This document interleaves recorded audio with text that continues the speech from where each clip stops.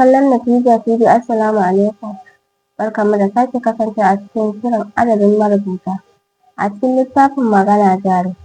Idan dai mai kallo na biye da mu a cikin shirin mun tsaya inda wata rana wani manomi ya ce wa ɗansa Auta kullum ya sayar da jeyi ya harbo musu abin da za su yi miya.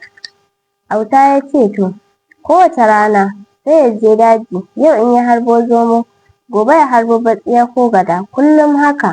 Har ran nan bai samo komi ba, uban ya kai masa faɗa har ya ba shi kashi. Yanzu kuma shirin zai ɗora.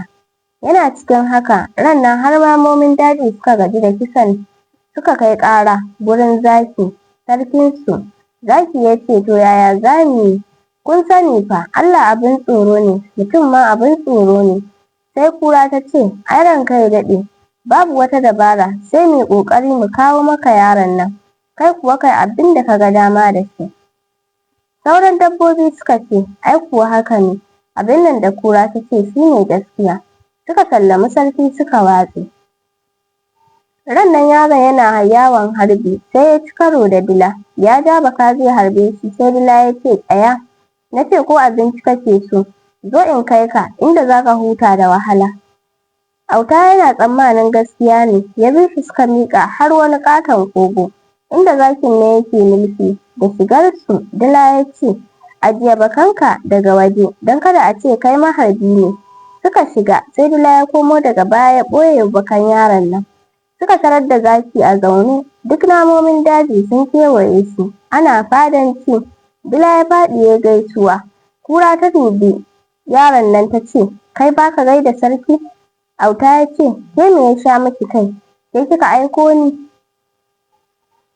Yau ya duƙa ya gaisuwa. Da suka zauna zaki ya dubi dila ya ce, shi ne wannan da ya dame ku? Kura ta amce ta ce, shi ne ranka ya daɗe, ku zajje mai kai kamar ƙodago.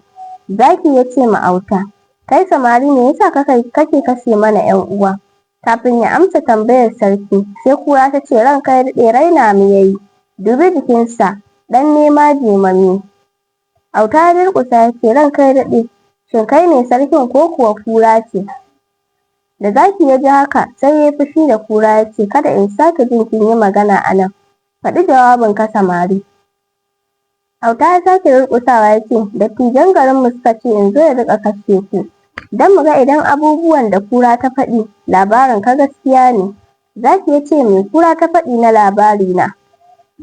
Auta ya ce mu da nufinmu mu fidda sarkinmu na mutum don ba shi da haƙuri, mu naɗa ka kai mulkin dabbobi, kai mulkin mutane baki ɗaya, mu gama kanmu mu bi ka, duk abin da ka ce mu yi, abin da ba ka so mu bari. To muna cikin wannan shawara sai ran nan kura ta shigo gari ta ce ka aiko ta, wai ba abin da ke tsakaninmu da kai sai kisa. Muka sake tambayar ta, duk sarakunan duniyan nan babu azzalumi irin ka, wai da an ɗan yi maka laifi kaɗan sai ka ce a kashe mutum. Saboda haka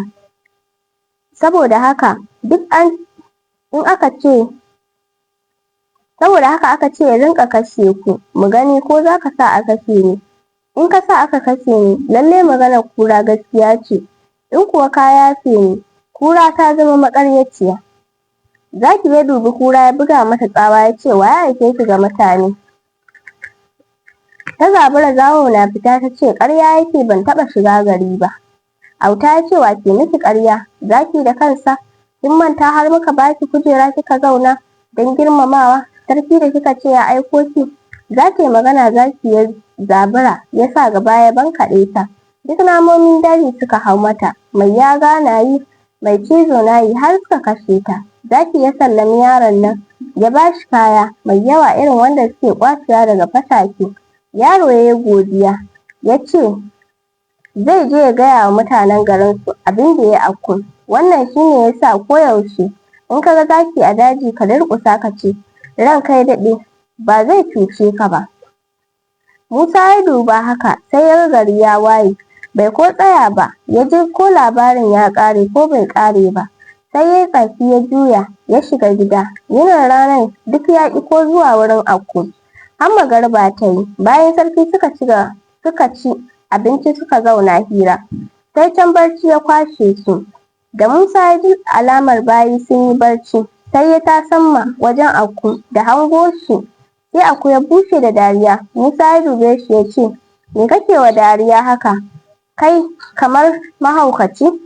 Aku ya ce, ai ba ka san abin da aka yi ba.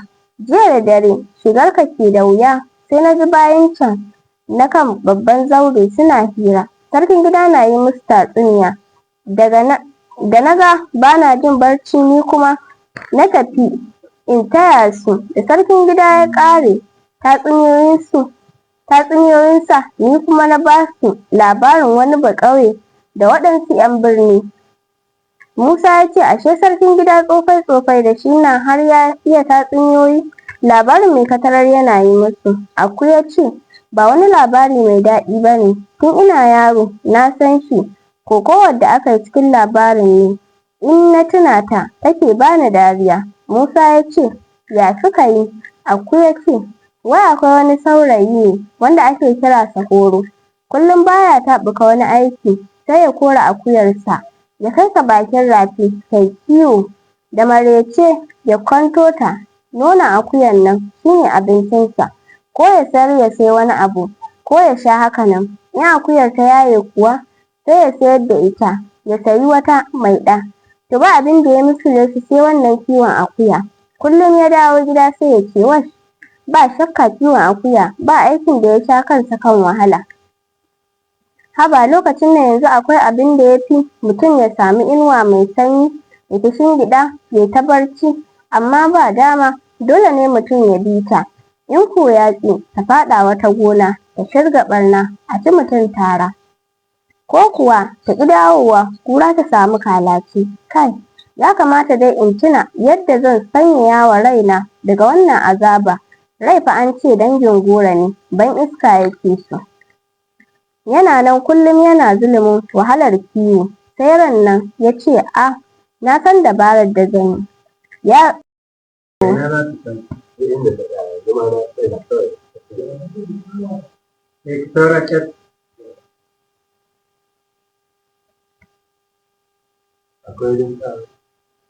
Ai shi ne nake ɗan duba.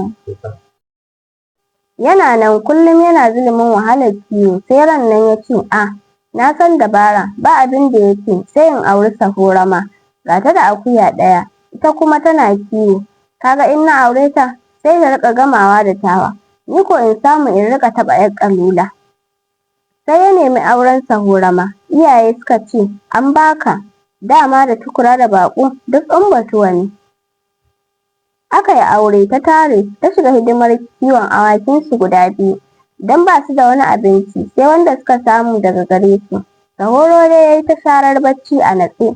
Ba a daɗe ba kuma Sahora ma ta ce wa Sahoro, mai gida ni fa na gaji da wannan irin wahala. Ƙudaje na cizo na, ina tuntuɓe, don Allah dubi jikina. Da na zo gidan nan ina sheƙi, duk yanzu na fara kirci don cizon ƙudaje. To masu kallo nan za mu ɗiga aya a cikin shirin, sai ku tarbe mu shiri na gaba domin ci gaban labarin.